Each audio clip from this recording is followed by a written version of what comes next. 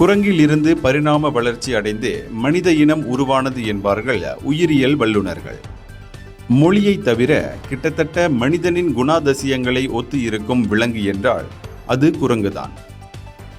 புத்திசாலி விலங்கு என குரங்கு கூறப்படுவதற்கு வங்காளதேசத்தில் நடந்த ஒரு நிகழ்வு எடுத்துக்காட்டாக விளங்குகிறது.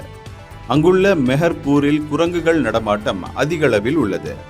இந்நிலையில் வங்காளதேசத்தில் குரங்கு ஒன்றுக்கு கையில் அடிபட்டது. இதனையடுத்து அந்த குரங்கு அங்குள்ள மருந்து கடைக்கு தானாக சென்றுள்ளது. முதலில் அதிர்ச்சியடைந்த கடை ஊழியர் குரங்குக்கு காயம் ஏற்பட்டிருப்பதை பார்த்தார். அங்கு கடைக்கு வந்த வாடிக்கையாளர்களும் குரங்குக்கு உதவி செய்ய முற்பட்டனர். அப்போது அதன் கையில் ஏற்பட்ட காயத்துக்கு மருந்து தடவி முதலுதவி சிகிச்சை அளித்தனர்.